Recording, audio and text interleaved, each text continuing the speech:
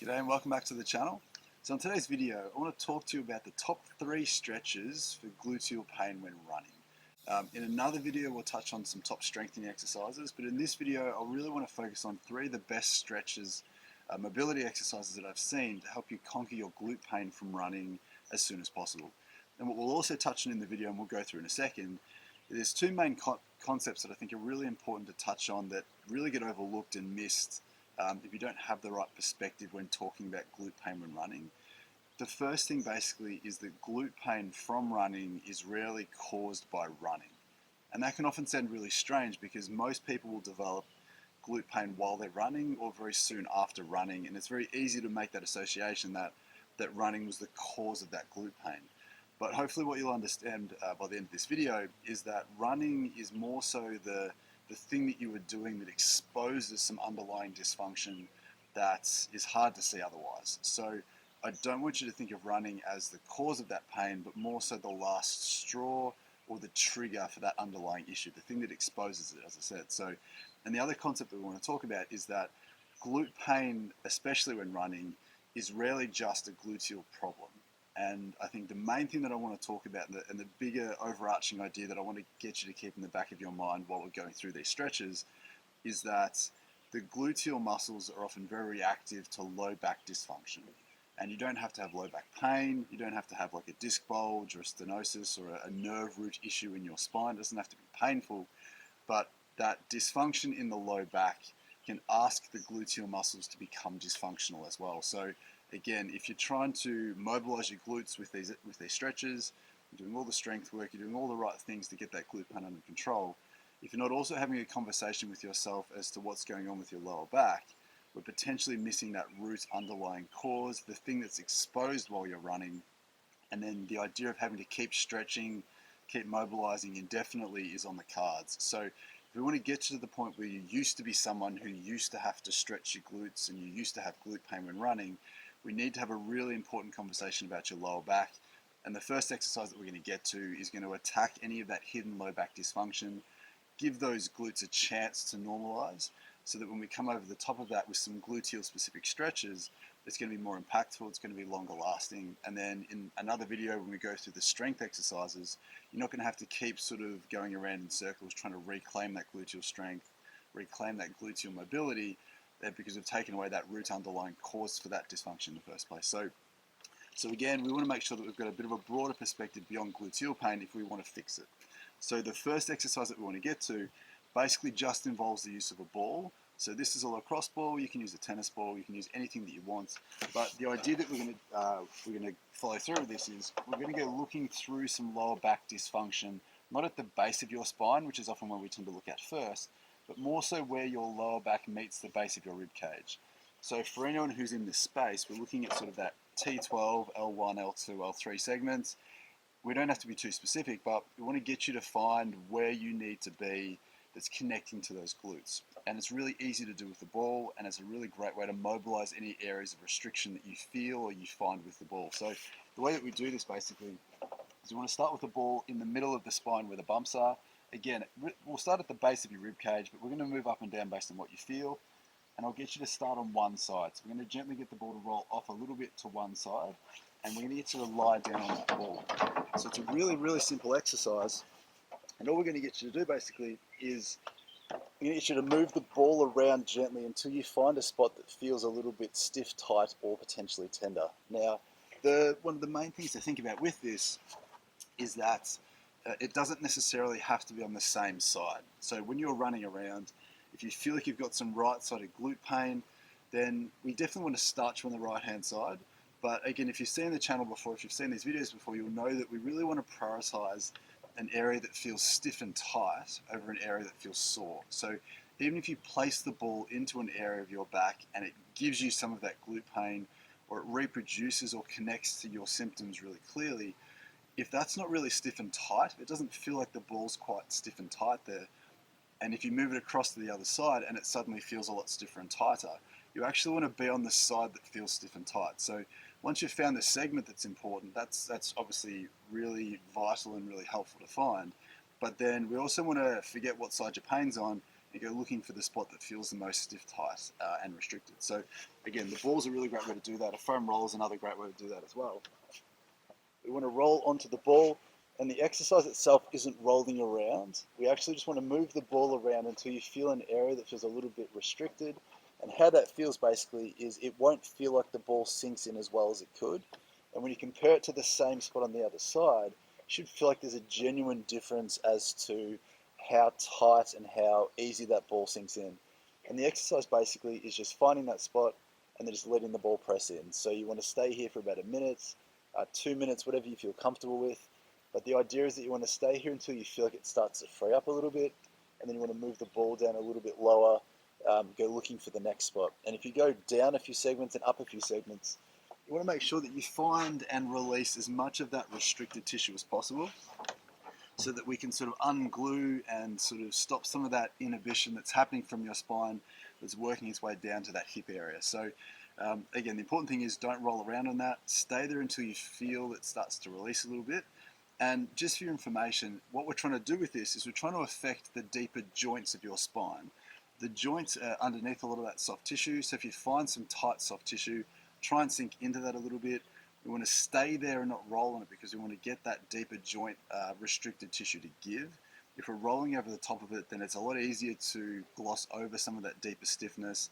Yes, it can be like a massage to the muscles, but we want to get deeper than that to free up some of that deeper stiffness and affect that gluteal area from the back. So it's a really important part of this conversation. If you're not doing that, then it's really hard to expect your gluteal pain to magically fix itself, despite the next two exercises and the strength exercises that we'll get to in another video. But it's really important to keep that in mind. So that's exercise number one.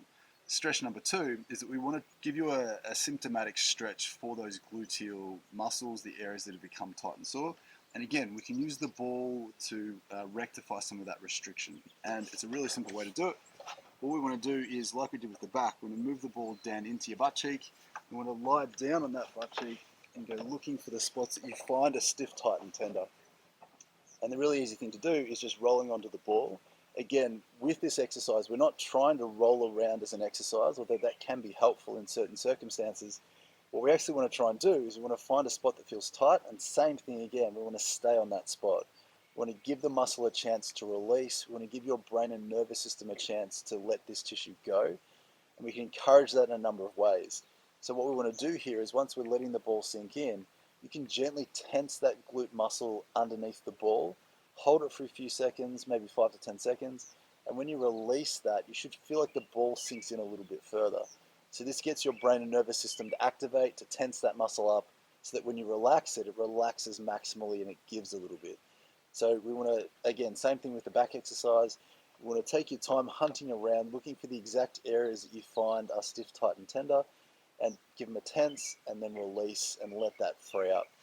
And it's a really fantastic way to be very specific to where your symptoms are, but also to help that tissue and encourage that tissue to release really quickly. So again, we want to make sure that the ball's in that area, it frees up the tissue, you're working through your back to free up the area and reduce the reason for why that's tight in the first place.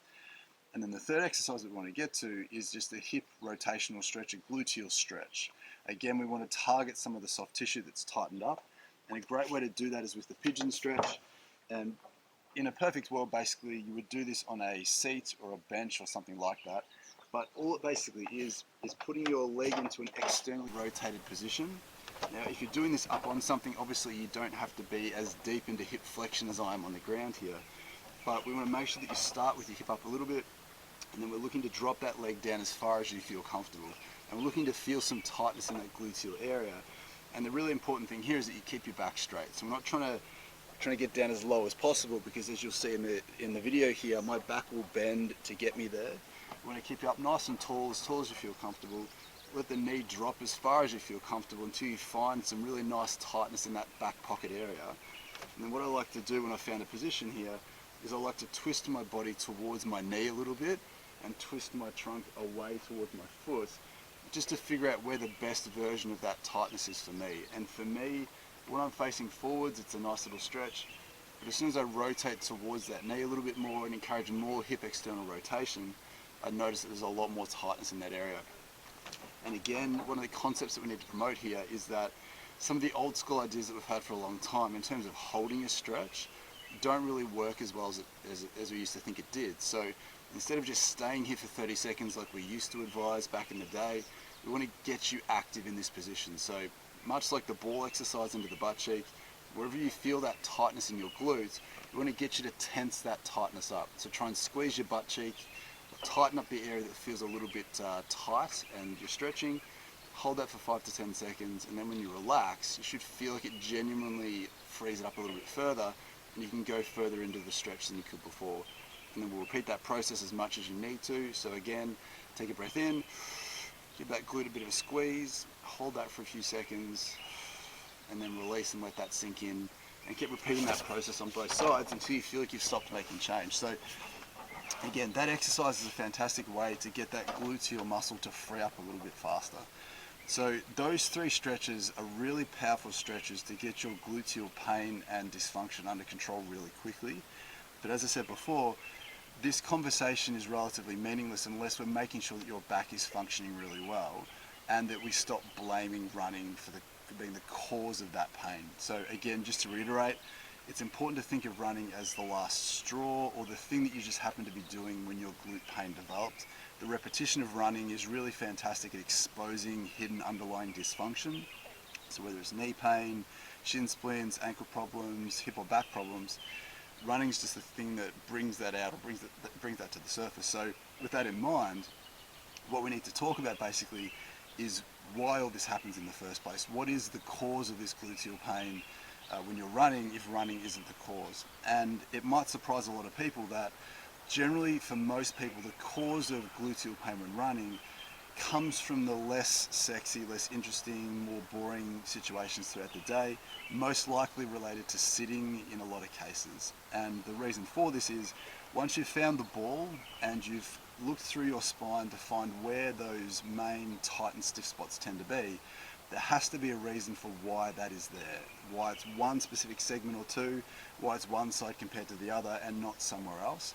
And what we often find clinically is when we take you aside and look at how you sit, particularly when you're sitting at a desk, sitting in a car, sitting on a couch watching TV, anytime, sitting up in bed's another big one, anytime you spend in a position where your back's not in a great shape, so if you find that you're hinging through a certain part of your spine and staying there for a long period of time while you're watching something or doing something, then over time your body has to react to that. And the good thing about the ball exercise in the back is that if you can locate exactly where those main sections are, you can transplant that idea and then figure out exactly which scenarios are causing this. So if you're someone who runs for an hour or two a day, but then you're stuck behind a desk for 8 hours a day, or you accumulatively sit for 7 to 10 hours a day, the balance of that ledger is completely skewed towards the boring stuff. And it's just that the boring stuff doesn't stand out much like running does. So again, just to tie all this together, we need to make sure that your gluteal muscles, your gluteal tissue frees up.